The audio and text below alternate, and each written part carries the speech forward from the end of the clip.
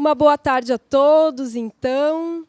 Primeiramente, para a gente tratar desse tema tão difícil e tão em voga nos tempos atuais, eu gostaria de perguntar a vocês e pedir que levantasse a mão quem aqui não tem contato nenhum com alguém que tenha ou que tenha tido depressão, seja alguém da sua família, seja alguém do seu trabalho, da vizinhança, ou a si mesmo, algum conhecido. Quem não tem, nunca teve contato com ninguém que tenha ou tenha tido depressão, por favor, levante a mão. Era só para ter certeza. Todo mundo já teve ou tem contato com alguém que tenha passado ou que esteja passando pela maldita depressão. Incrível isso, né, gente? Mas o mais incrível ainda é que, apesar de ser o mal do nosso século, apesar de estar acontecendo nessas proporções alarmantes, porque, no fundo, eu ainda pensei que, de repente, um ou dois aqui dessa sala pudessem levantar a mão, mas não, é 100%.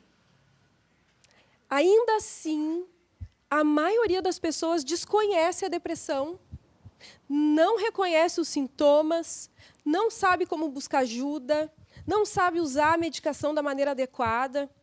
Então, essa temática, hoje em dia, e especialmente agora no mês de setembro, que é o mês em que a gente trabalha muito a prevenção do suicídio, e a depressão ela tem uma relação com a questão do suicídio pelos sintomas que ela produz, conforme a gente vai ver agora. Então, é um momento de grave importância. E que, talvez, se nós todos aqui pudermos conhecer um pouco mais, a gente possa não só buscar ajuda da maneira correta, possa melhorar a própria qualidade de vida, como também orientar tantas pessoas que vivem em situações desesperadoras, passando pela doença e sem tratar. Porque a depressão, ela não é a tristeza, ela não é a melancolia, ela tem esses sintomas como parte dos sintomas lá para os critérios diagnósticos, mas a depressão mesmo é uma doença. A gente não gosta desse termo, mas é. Tal qual a hipertensão, tal qual o câncer, ou seja lá o que a gente quiser colocar como comparativo. A gente, dentro da doutrina espírita, tem alguns esclarecimentos muito interessantes. A gente sabe que, conforme as nossas experiências evolutivas, a gente vai imprimindo no nosso organismo, no nosso perispírito, aqueles desequilíbrios que fazem parte dos nossos excessos, de nós nos entregarmos aos nossos impulsos e por aí afora, ao longo das sucessivas encarnações. Então, os nossos desequilíbrios eles vão desorganizando o tecido sutil do perispírito e fazendo com que, pelas leis de afinidade, a gente seja atraído a uma encarnação, onde, através do corpo físico, a gente tem a oportunidade de reorganizar aqueles elementos que estão em desequilíbrio no nosso perispírito. Então, em função das nossas atitudes, da nossa maneira de viver a vida, a gente vai organizando ou desorganizando a nossa energia, o tecido sutil do nosso perispírito, e isso a gente carrega.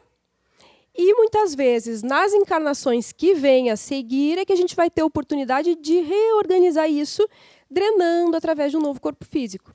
Então, pelas leis de afinidades, a gente é atraído a uma carga genética propícia e de acordo com aquilo que nós necessitamos, atraídos a um contexto socioeconômico, familiar, psicológico, etc., e tal, que vai nos oportunizar a melhor maneira de nós nos beneficiarmos e evoluirmos.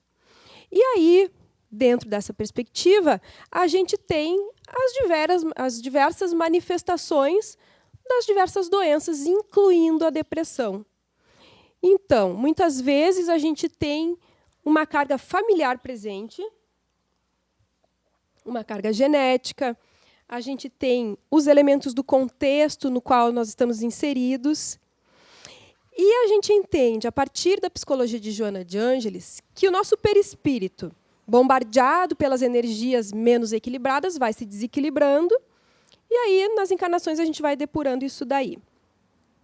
Nós temos, como sintomatologia, aquilo que está colocado aqui no quadro. Os sintomas da depressão, doença. O rebaixamento do humor, que é a tristeza. Alterações do sono e do apetite. Então, a pessoa pode ficar com muito sono e não sair da cama, e ficar o dia inteiro no quarto escuro, e não ter vontade nem forças para escovar dente, para tomar banho. Ou, ao contrário, a pessoa pode ter uma insônia daquelas horrorosas que vira a noite inteira acordada, olhando o relógio, quando vê 7 horas da manhã, e no dia seguinte tem insônia de novo, mesmo estando com muito cansaço físico, alterações do sono, e do apetite da mesma maneira.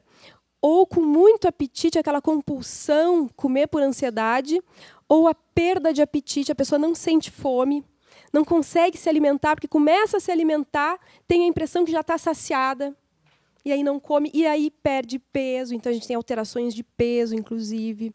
Redução da energia, da atividade. Fazer uma caminhadinha daqui até a esquina para ir comprar pão se torna uma tarefa muito cansativa, parece que a pessoa não tem energia para aquilo. Agitação ou retardo psicomotor. A pessoa pode ficar com, parece que o pensamento mais devagar, com dificuldade de raciocinar um pouco.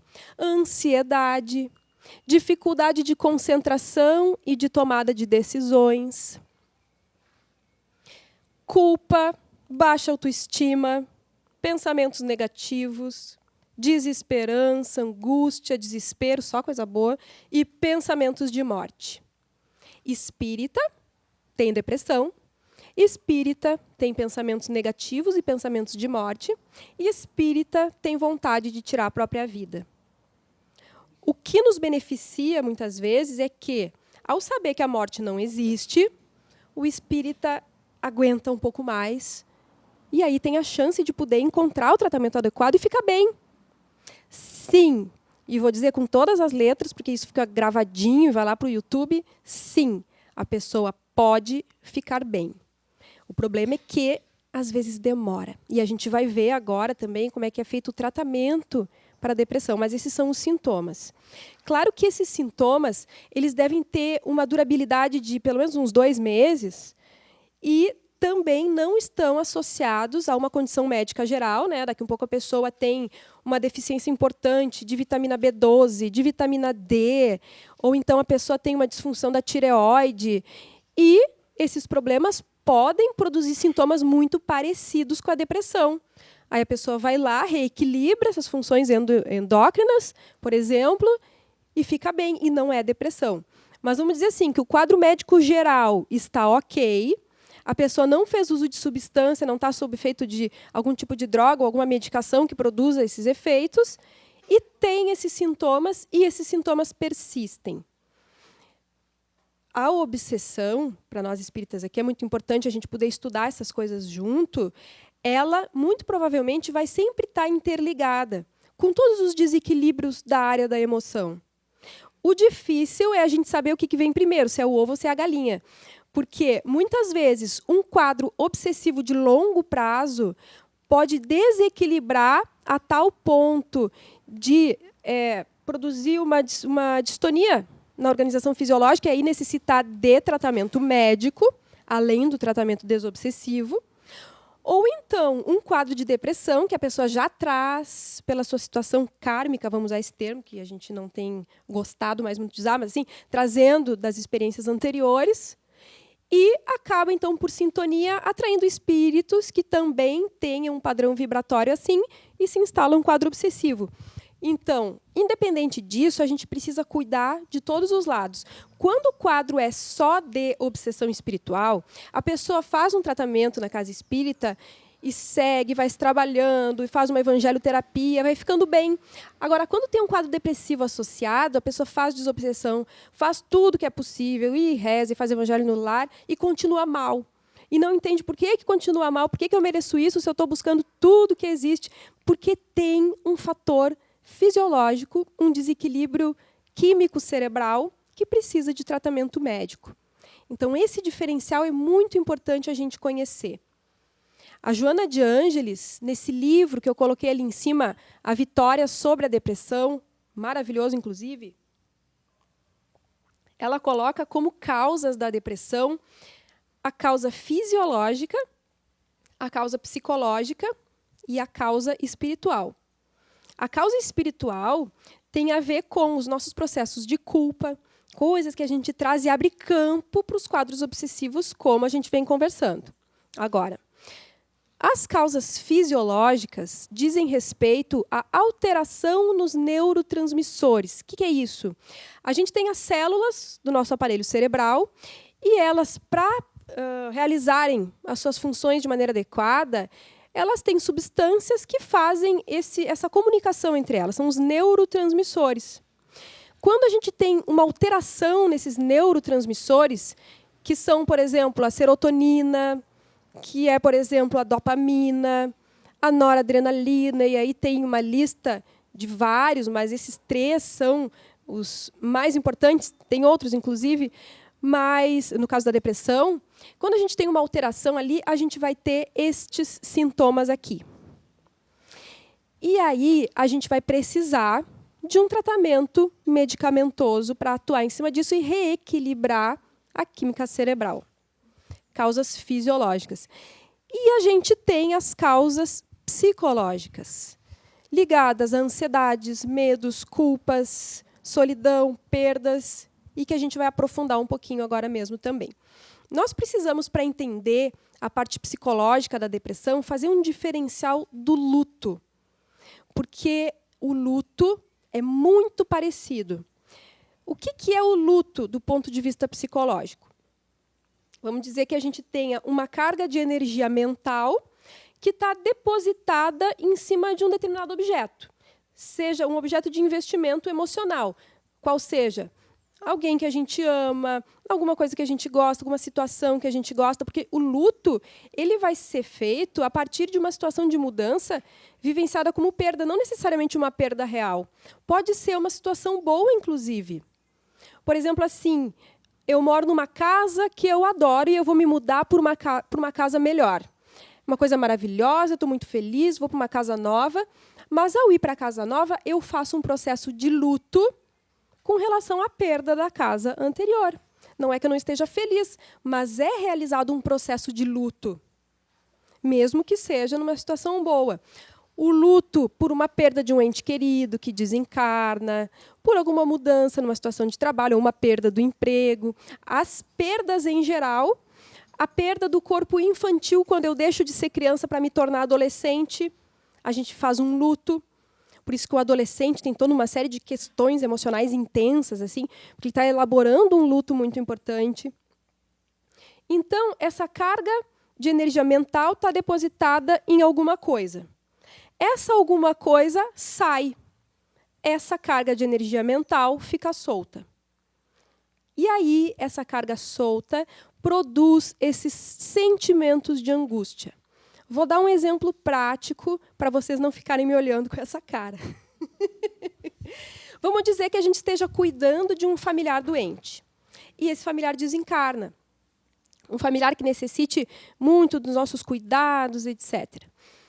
Quando essa pessoa desencarna, é como se a gente ficasse com um buraco na nossa vida. E a gente não sabe com o que ocupar aquilo, fica um vazio, porque uma boa parte do seu investimento, do dia, das atividades, está ali relacionado com aquela pessoa. E aí leva um tempo para aquele espaço ser preenchido, para eu pegar essa minha energia mental, trazê-la de volta e redistribuir, e aí, aos poucos, ir me direcionando para alguma atividade, para outra, e aquela angústia, aquela dor da perda do ente querido vai diminuindo, vai diminuindo. É claro que fica a saudade, mas no processo de luto normal, aquilo vai aliviando e o psiquismo vai se reestruturando. No caso da depressão, não acontece. Aquela energia fica ali, aquela angústia fica, como se a pessoa não conseguisse pegar de volta essa energia para redistribuir. E pode acontecer por uma série de razões, que aí é claro que cada caso a gente avalia num processo de psicoterapia e vai ajudar essa pessoa a pegar essa energia e redistribuir na sua vida. Pode ser por culpa, por exemplo, coisas que eu me sinto culpada, que eu senti que eu não consegui vivenciar com aquela pessoa morreu, eu fico com aquilo solto, assim, e é aquele desespero, as pessoas querem se jogar em cima do caixão e se enterrar junto com o familiar. Então, esse é um processo que aquela energia está solta e é necessário uma psicoterapia para ajudar a reencaminhar essa energia mental toda. Aí não tem remédio que ajude, né? O remédio vai atuar em cima das causas fisiológicas. Então, se a gente tem uma depressão de origem química, a gente vai precisar tratar aqui. Por isso que é importante fazer uma avaliação. É claro que, ainda que a gente esteja falando de uma depressão química, entre mil aspas, né, porque a gente sabe que está tudo muito interrelacionado, esse quadro de depressão ele não está desassociado à pessoa em si. Então, tem a ver com o seu processo interno também. Vai tomar remédio e vai ficar bem. Mas aqueles complexos inconscientes eles vão continuar existindo lá, e aí a pessoa pode aproveitar essa oportunidade de se lidar com a dor, com a angústia, para poder fazer a sua reforma íntima. Mas então vocês veem como a temática é complexa e como a terapêutica ela precisa ser feita em todos os lados, para que a pessoa realmente alcance o equilíbrio.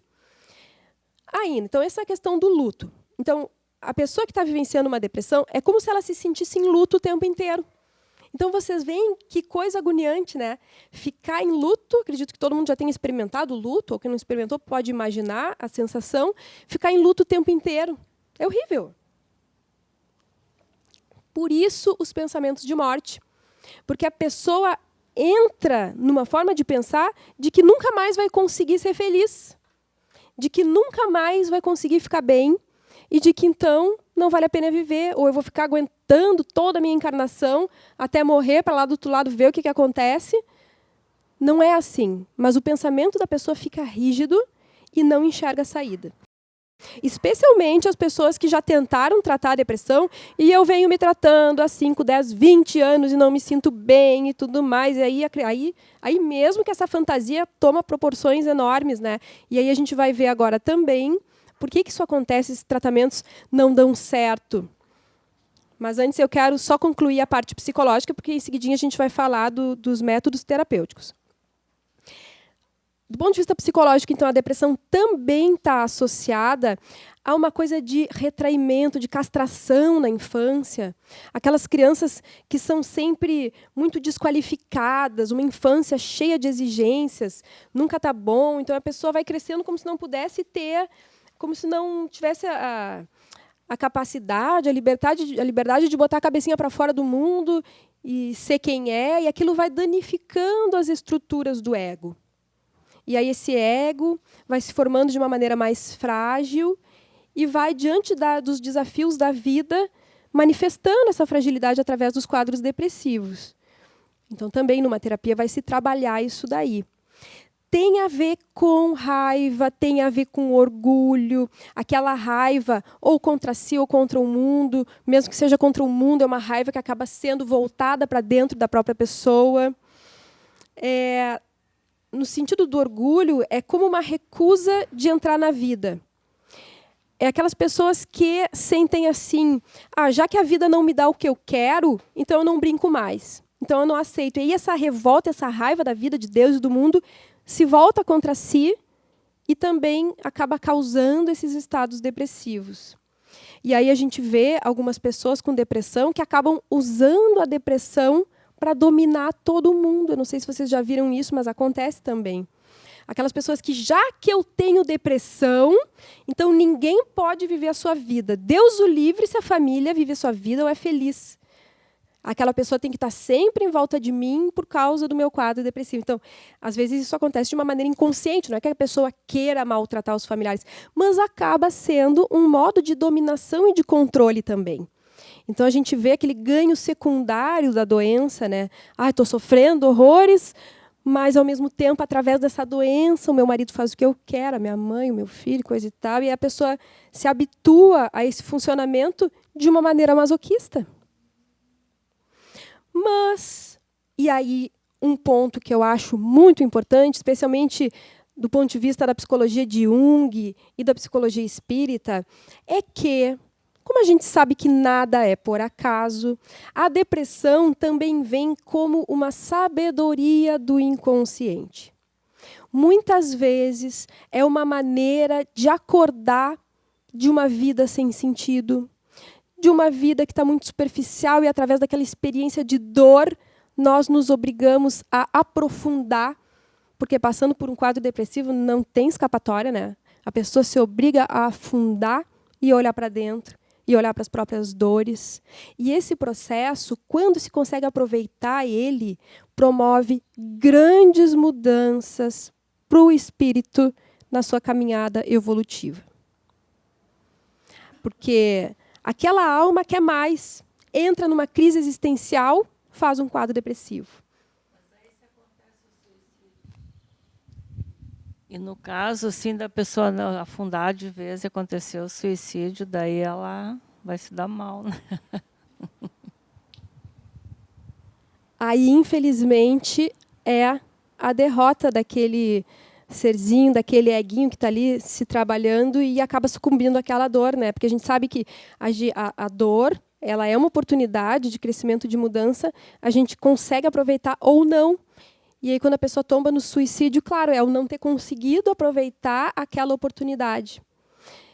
E aí, cabe a gente falar, quero falar um pouquinho do suicídio logo adiante também, porque, enfim, e aí as consequências que tem do suicídio, e aquilo que a gente sabe que o serzinho não está perdido para sempre, também vai ter oportunidade de recomeçar, mas sim, o suicídio é quando então a pessoa acaba se derrotando frente aos desafios da vida, né?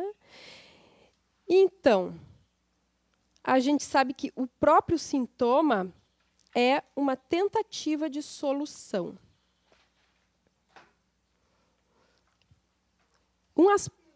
Claro. Não, mas é bom.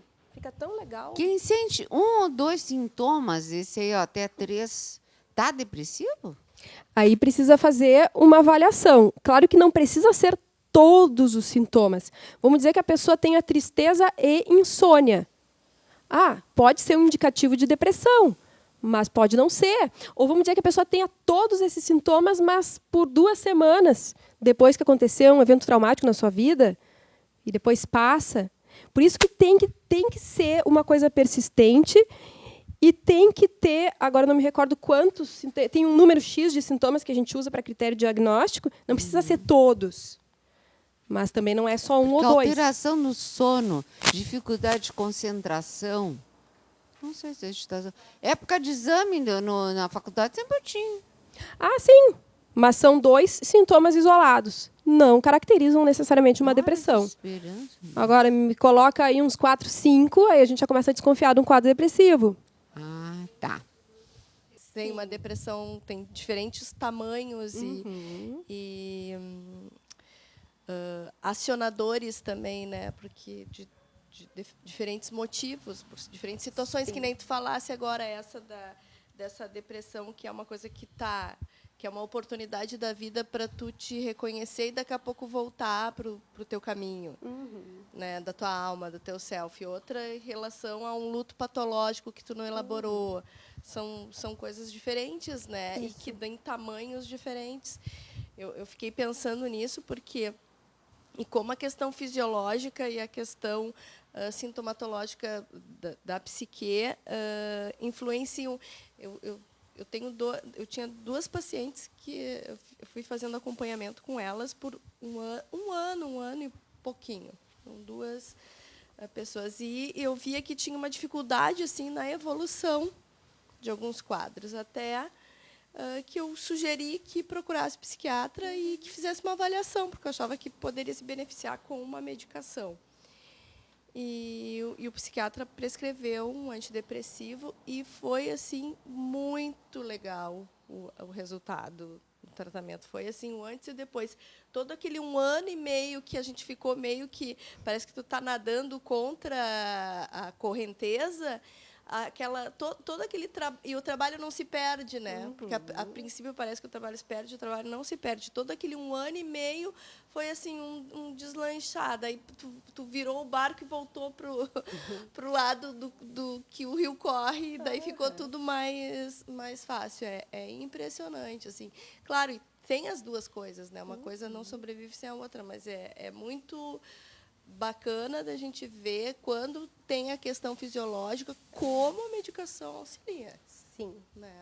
Exatamente. E eu acho muito importante essa colocação que tu fizesse, porque em hospital psiquiátrico, eu acho que eu já contei isso para vocês nos outros módulos da Joana, mas acho que cabe repetir hoje aqui, que a quantidade de pessoas que reinternam em hospital psiquiátrico por não fazer uso adequado da medicação, porque as pessoas pensam que antidepressivo é que nem remédio para dor de cabeça. Eu tomo, passou a dor de cabeça, eu não preciso tomar mais. Antihipertensivo, exatamente. Sim, exatamente. Quer falar? Exatamente, porque o que acontece? O antidepressivo ele tem que ser usado a longo prazo. Alguns quadros, e isso vai ser avaliado pelo médico, alguns quadros vão receber um tratamento de, sei lá, 1 ano ou 2, e depois aquele antidepressivo vai ser retirado gradativamente. Não é assim, do dia para o outro parei de tomar. Tem gente que faz isso, chega lá no consultório, virado do avesso, meu Deus do céu, é horrível os sintomas que daí aquilo produz, né? Não, esse período, depois vai tirando gradativamente, ou então uma grande quantidade de casos, o antidepressivo tem que ser usado a vida inteira. Essa é a frase que todo mundo odeia escutar, que eu faço questão de repetir hoje aqui. E o que o antidepressivo vai fazer? Lembrando, então, que a gente falava agora há pouco, daquela alteração nos neurotransmissores. Né? O organismo físico não está conseguindo manter a sua neuroquímica bem equilibrada, a medicação vai atuar ali, reequilibrando e acabando com isso aqui.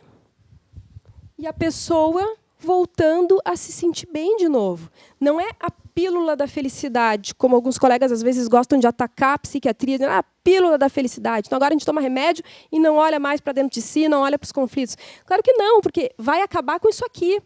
Os nossos complexos inconscientes, eles vão continuar os mesmos. A gente vai ter tristeza e alegria e tudo normal.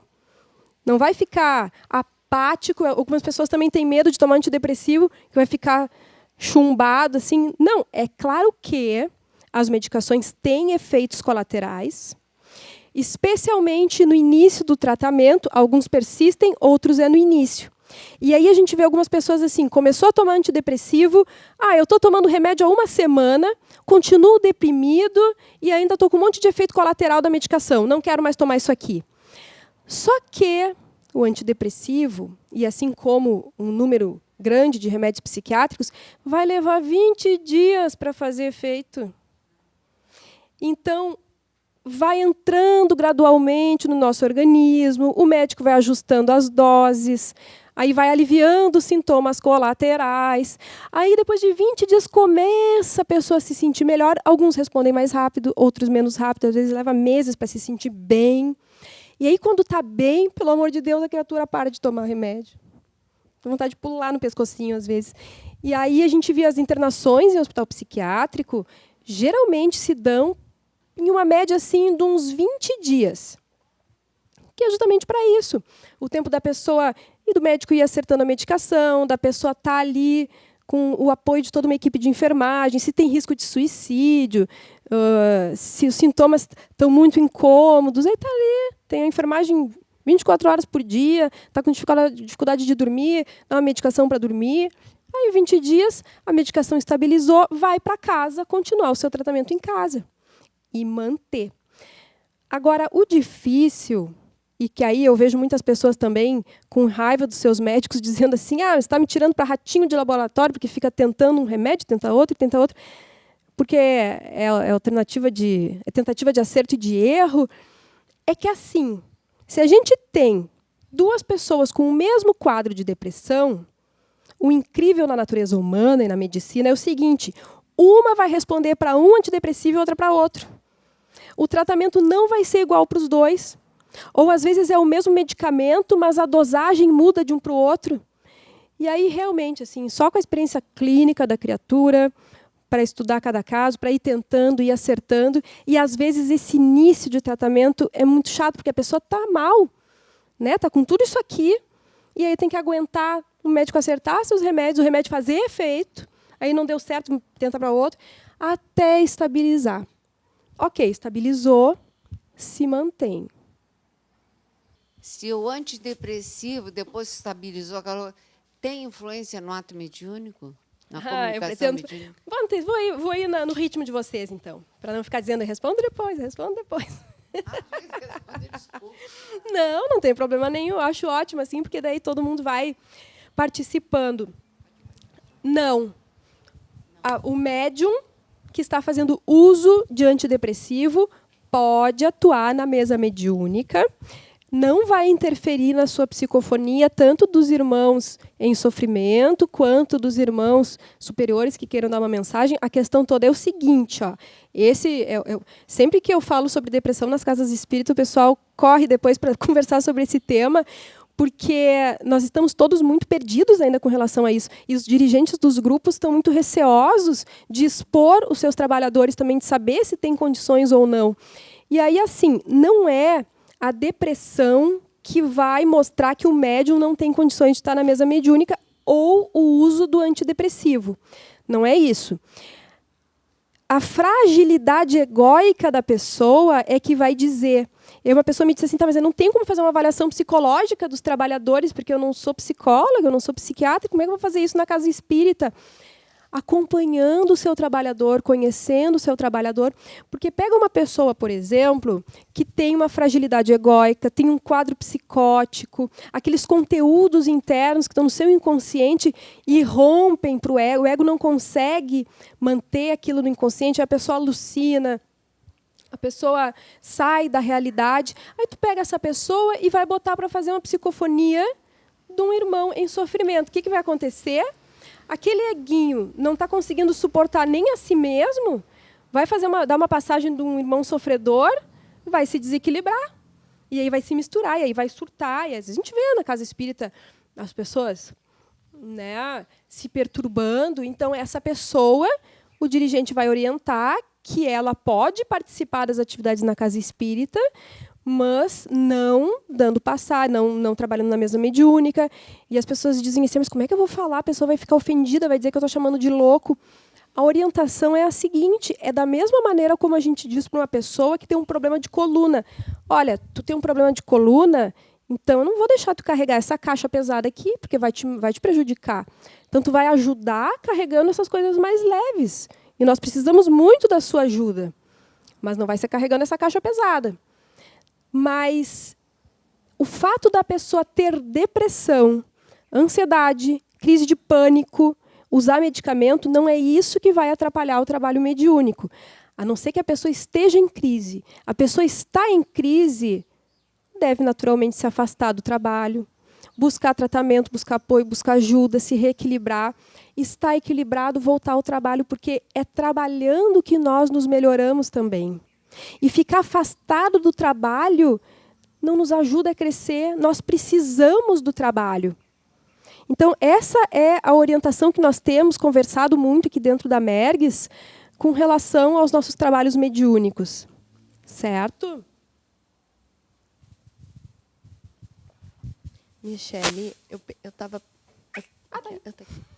pensando o seguinte também, o quanto tem de questões assim, ó, de alcoolismo e uso de droga, que na realidade é uma tentativa, é uma automedicação para os sintomas depressivos.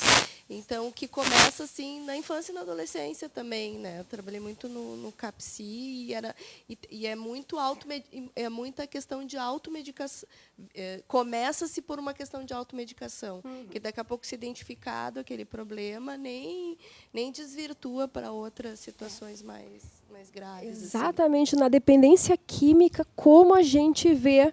Na maioria dos casos, eu diria que é a pessoa na dependência química buscando se tratar, seja de uma depressão, um transtorno de ansiedade, ou então até da timidez, ou outras coisas assim. Ah, vou na festinha, daí para me relacionar com a guriazinha, com o gurizinho, eu fico com vergonha, então encho a cara de cerveja, disso, daquilo.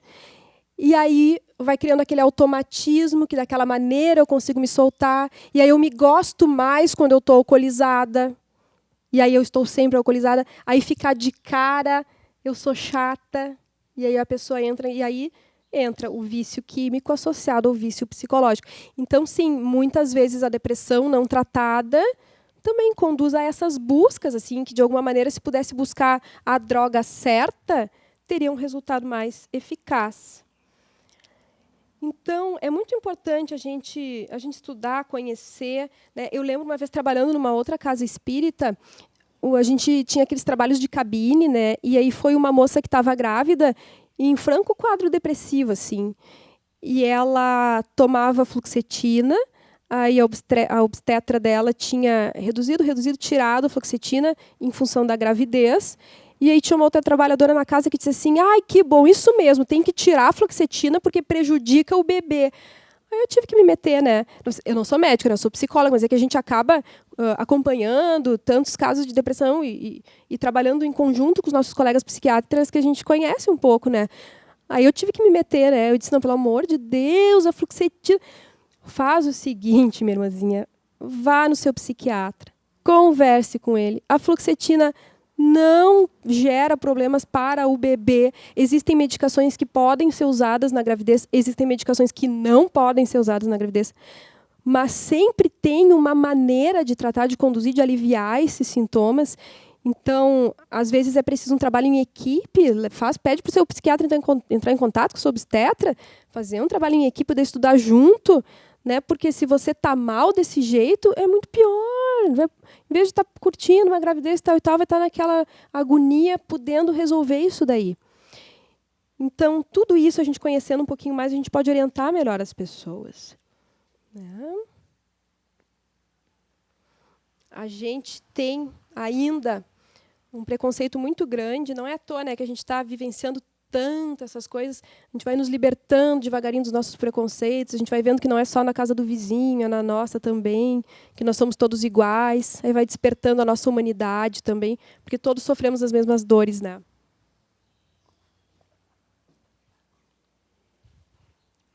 O espírito Manuel Filomeno de Miranda, no livro Tormentos da Obsessão, tem uma parte onde ele coloca uma série de itens com relação ao tratamento espiritual, o apoio espiritual para os casos de depressão.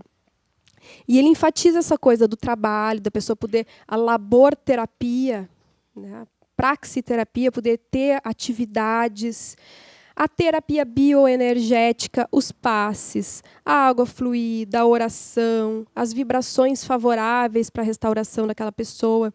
E no caso da depressão, a água fluida é muito importante porque muitas vezes a pessoa está tão para dentro da concha, assim, tão, que acaba se tornando, de uma certa maneira, como é que se fala?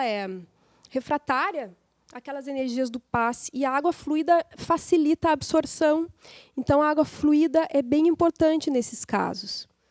A alteração da conduta mental e comportamental, a desobsessão sempre é importante, valores morais, amor-terapia, evangelho-terapia, fazer o bem ao próximo e oferecer à pessoa compreensão, bondade, estímulo constante.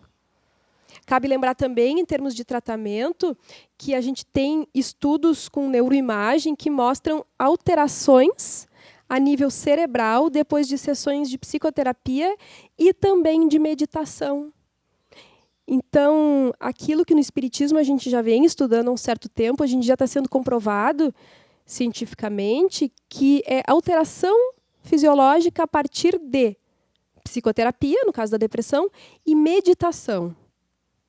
Então, são coisas que a gente pode associar para melhorar mais rápido, mas eu sempre digo assim, para a gente ter um certo cuidado. A pessoa está com um quadro depressivo, vai ficar meditando para ficar bem e não toma remédio porque não gosta do remédio, porque briga com o remédio, porque odeia o profissional da saúde mental, porque a gente sabe que na nossa cultura, um pouco aí já está começando a ser meio moda fazer análise, fazer terapia, é bonito fazer terapia, mas um tanto ainda é coisa de louco, né? As pessoas acham que fazer terapia é para louco, é para maluco.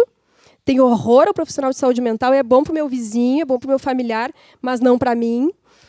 Então, tudo isso, eu já falei para vocês, né? Aquela do Divaldo que disse, mas eu não vou procurar um psicólogo porque eu não sou maluco. Vai, porque senão tu vai ficar. Vai antes que você fique, que é melhor, é mais fácil. Mas, então, com relação à questão do suicídio, que a colega trouxe antes, a gente tem na depressão um dos fatores de risco. Não que todo mundo que tem a depressão vai ter vontade de morrer, mas é que como a depressão provoca um desconforto tão grande por causa desses sintomas, é muito comum que dê vontade de morrer, ou algumas pessoas de terem o planejamento suicida mesmo. E alguns outros problemas de ordem emocional também são fatores de risco. A gente tem as personalidades borderline, a gente tem a dependência química, que também tem momentos assim que a pessoa entra em estados que acaba produzindo esse desejo de tirar a própria vida. Em psicologia, a gente tem uma regra muito clara, que é a seguinte: não importa se a pessoa está dizendo aquilo para chamar atenção. Falou que quer morrer, a gente leva a sério. Porque mesmo que seja, a gente pega num transtorno borderline, por exemplo, que se caracteriza pela pessoa ter uma coisa de impulsividade muito grande, é muito comum a pessoa fazer como joguinho, assim, para controlar os familiares. Porque então, se não fizer o que eu quero, eu vou me matar. E aí os familiares ficam meio assim, tá sempre usando disso para buscar coisas que quer, então está fazendo para chamar atenção. Só que numa daquelas, a impulsividade que aquela criatura tem coloca em risco mesmo. Então, a gente sempre leva a sério. Então, sempre diante de uma situação de risco, quando a gente ouve alguém dizer que tem vontade de morrer, a gente busca ajuda profissional, sempre. Numa palestra que eu fiz essa semana, um senhor me perguntou que tinha era uma vizinha com 2 filhinhos pequenos e as crianças dizendo que tinham vontade de morrer, que queriam morrer. Se aquilo era importante levar num psicólogo, alguma coisa assim, eu respondo que sim. Claro que não tem como avaliar cada caso individual, assim, a gente não tem como saber, mas tem que avaliar. O maninho está imitando o outro que falou que tem vontade de morrer. Está repetindo que viu não sei aonde, o colega, ou no desenho. Tudo bem, mas é preciso fazer uma avaliação, porque a gente tem visto assim, a quantidade de suicídios hoje em dia no mundo. Então, a gente tem procurado fazer uma ampla campanha realmente de jamais negligenciar. Não importa a idade da pessoa, e não importa se aparentemente possa ser para chamar atenção. O que faz com que uma pessoa tenha vontade de morrer? Não é só quem tem algum transtorno das emoções, alguma depressão, alguma síndrome do pânico, seja lá o que for, que tem risco de suicídio. Qualquer pessoa que se encontre diante de algum sofrimento muito grande pode vir a ter vontade de tirar a própria vida.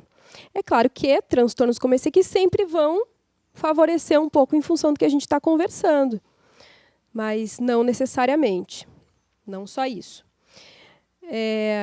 Então, é sempre um sofrimento muito grande para a pessoa que faz com que ela tenha vontade de morrer, que pode ter sido desencadeado ou por algum momento muito difícil, alguma situação trágica, ou por alguma coisa que, para a maioria de nós, poderia ser tido como uma coisa banal.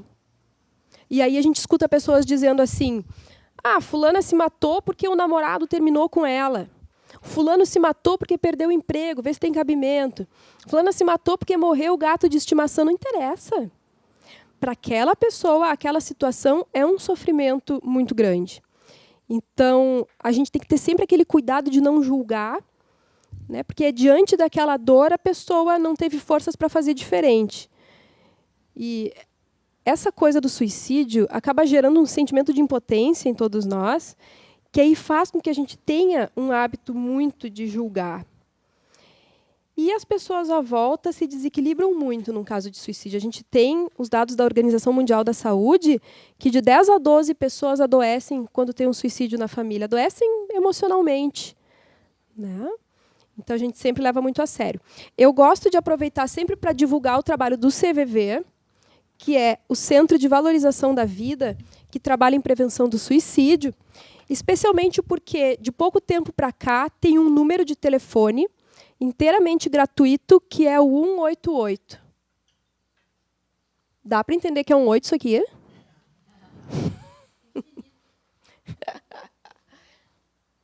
Tá feio, mas é 188. 24 horas por dia, todos os dias do ano, esse número para qualquer lugar do Brasil, inteiramente gratuito. Qualquer pessoa pode telefonar para conversar, seja lá sobre o que for. A pessoa está se sentindo sozinho, porque não mora sozinho, não tem ninguém, sei lá, qualquer coisa assim.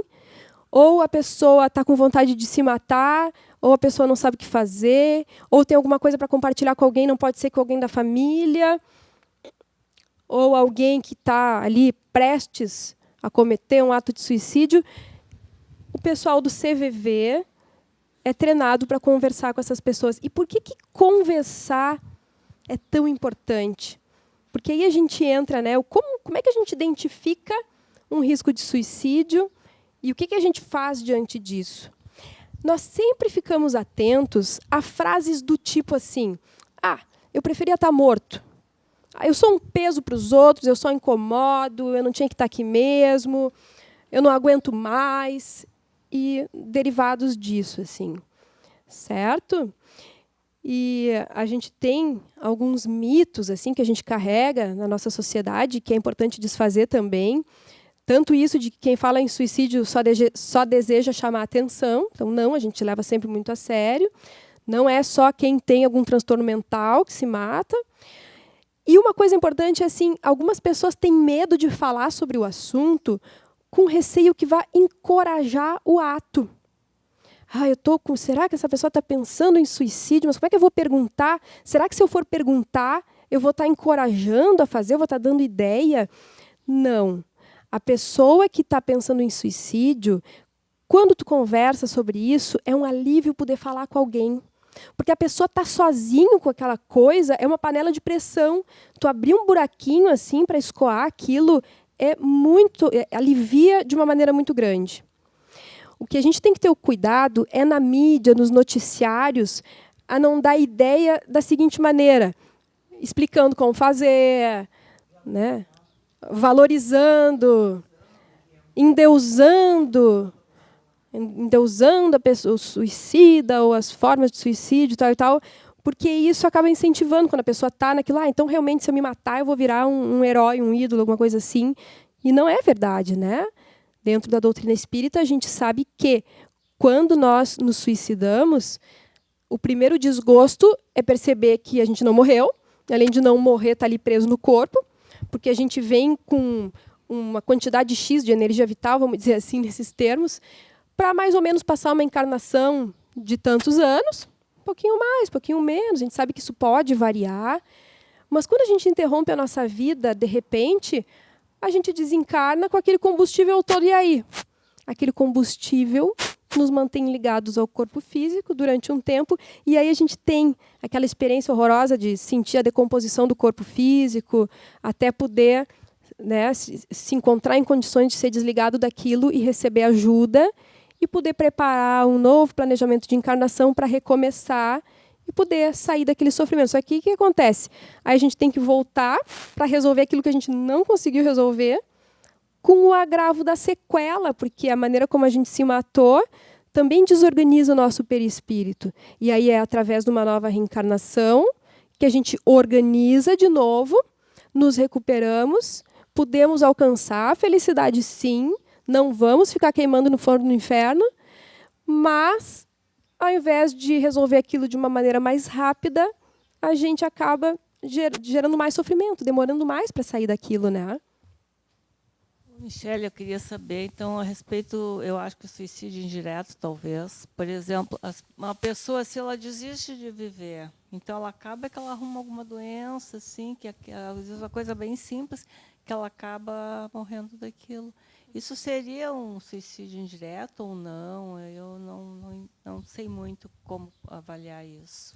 A gente teria que conhecer mais a fundo cada caso específico. Mas, por exemplo, vou procurar imaginar a situação aqui junto com vocês. Poderia ser um caso de suicídio indireto, que nem a gente viu no caso do André Luiz. No caso dele, pelos excessos da comida, da bebida e coisa e tal, acabou desencarnando antes. Foi um suicídio indireto. Ele não tinha nem desistido de viver. Ele se entregou aos excessos e detonou o corpo físico. E foi um suicídio indireto. Então, pode ser. Ou então pode ser um quadro depressivo que a pessoa não conseguiu tratar da maneira adequada e desistiu da vida porque estava entregue a esses sintomas aqui. E aí é muito relativo, porque a gente sabe que também não é assim. Então quem desencarna com depressão vai ter que ficar lá no umbral até não sei o quê. Não é assim, né, gente? Porque a gente sabe que tem todo... A espiritualidade superior sempre está organizada para nos ajudar a passar por aquilo mais rápido. Às vezes aquela pessoa tem um merecimento, assim, acabou desencarnando e não estava bem, estava angustiada, mas ela tem um merecimento que foi acolhida ali pela espiritualidade. Eles, sei lá, amenizaram de alguma maneira. Não, é difícil a gente saber o que se deu exatamente com essa pessoa, né? Não é assim, tem depressão, então é um suicida, mas... Pode ser. Psicologia é lindo, né? Pode ser e pode não ser. Fiquei pensando assim, Michele, a experiência da decomposição do corpo fica gravado no perispírito também para a próxima encarnação. A pessoa tem que... Na próxima encarnação, se tu viveu essa experiência, essa fragilidade, essa vulnerabilidade vai estar por exemplo, gravado assim no teu DNA, no corpo espiritual? Não assim? necessariamente. É claro que esse registro, todo o registro das nossas experiências na vida, seja no corpo ou fora dela, está registrado no nosso psiquismo, né? Fica nas regiões do inconsciente. Mas não que isso vá gerar uma desorganização orgânica depois, na encarnação seguinte, não necessariamente. Pode ficar alguns registros traumáticos, né?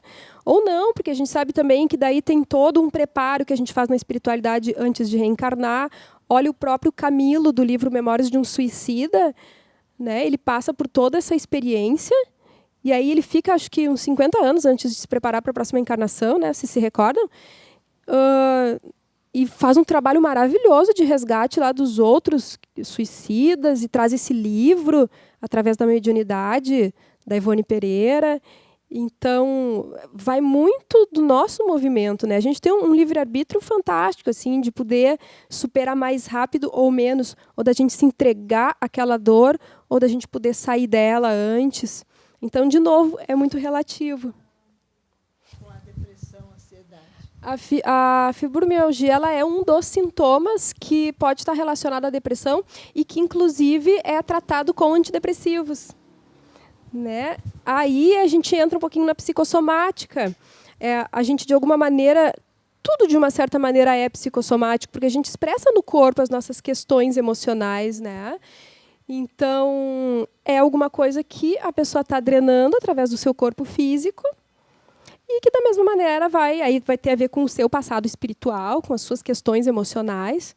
Pode ser só dessa encarnação, pode ser do passado espiritual, mas, de qualquer maneira, aquilo que está se apresentando é sempre uma oportunidade de poder olhar para dentro de si, de poder enxergar coisas, de poder se superar.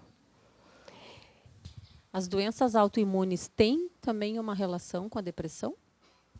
Sim, porque não é todas as doenças autoimunes, mas a depressão ela pode favorecer quadros assim.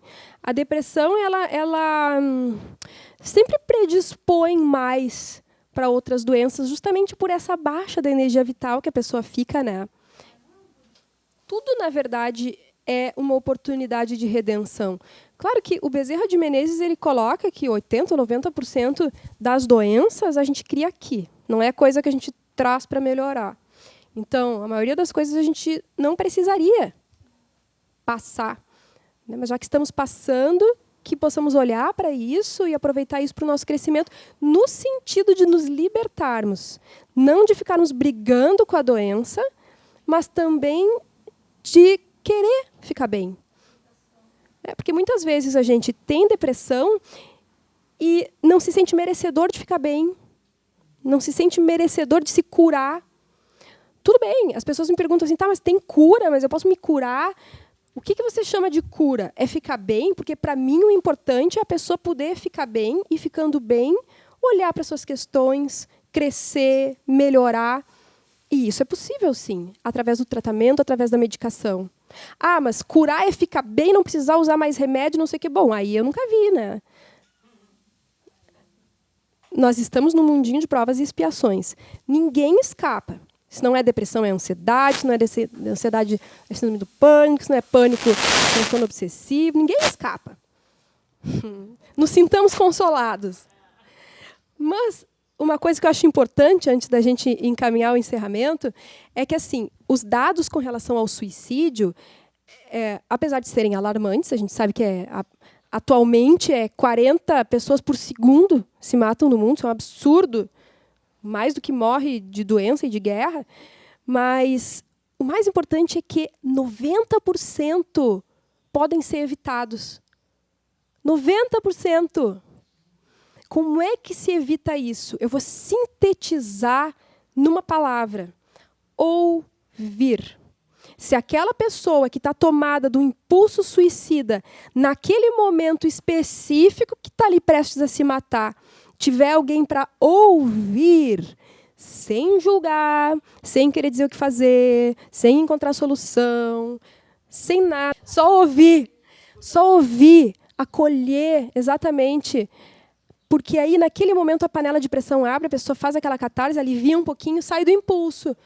Pode ser que no outro dia pense em se matar de novo, mas tudo bem, mas aquela hora passou. E aí a pessoa já tem uma nova chance de via tratamento, poder se aliviar e poder ficar bem. E hoje em dia nós estamos numa corrida tão maluca assim, que o que nos falta muitas vezes é a doação de tempo, a caridade moral do tempo. Poder doar tempo. E às vezes a gente previne o suicídio dando alguns segundos da nossa atenção para a criaturinha no ônibus, na parada, na rua, no mercadinho. E mal a gente sabe que a pessoa, podendo se aliviar um pouco ali, evitou um suicídio. Então, esse é o segredo dos 90% do suicídio poder ser evitado: ouvir, sem julgar. A gente só encaminha para atendimento, ajuda profissional, tem que buscar ajuda profissional. Claro que se está em risco, está lá quase se matando, a gente chama a brigada militar, arrasta para um posto de saúde, para onde for. Aqui em Porto Alegre, a gente tem o posto de saúde lá da Vila Cruzeiro, que atende situações emergenciais assim, e o posto de saúde do IAPI. E para pessoas que vêm do estado do Rio Grande do Sul, é no Hospital São Pedro que pode encontrar ajuda, isso via SUS, né? Acho importante divulgar isso também. Então, se você tem algum conhecido, alguma pessoa querida que está trancado no quarto escuro, não sai há uma semana, agarre a força e leve no psiquiatra. Certo? A emoção da pessoa. Esses que escutam no telefone, é tanto problema, as coisas muito sérias, que emocionalmente eles se envolvem. É que nem o psiquiatra. 40% dos suicídios são de médicos, né, psiquiatras. Eles se envolvem também, os atendentes. Então, a nossa situação em levar uma criatura à força para lá ou para cá, de repente, nós não estamos envolvidos. Nosso envolvimento tem que ser outro, né? Mas a gente, será que consegue? Tem que ter muita força.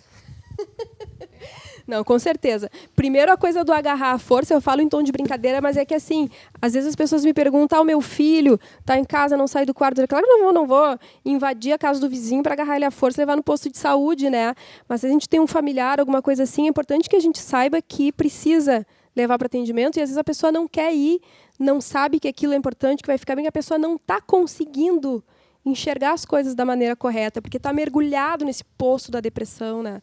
Dependendo do grau de depressão. Então, é nesse sentido que eu digo.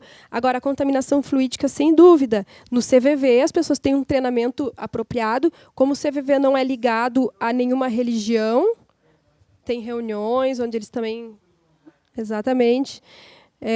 Eles não têm nenhuma vinculação com religião, mas eles têm práticas próprias de relaxamento, de conversas e tal, para poder lidar com essas questões que são muito doloridas, né? Agora, grupo de sentimento. Agora, a pessoa que está lidando, que está ajudando, profissional, tem que buscar ajuda, sim. Tem que buscar se aliviar, se proteger, fazer uso da prece, né? No nosso caso, dentro do espiritismo, poder tomar os nossos passes, com certeza.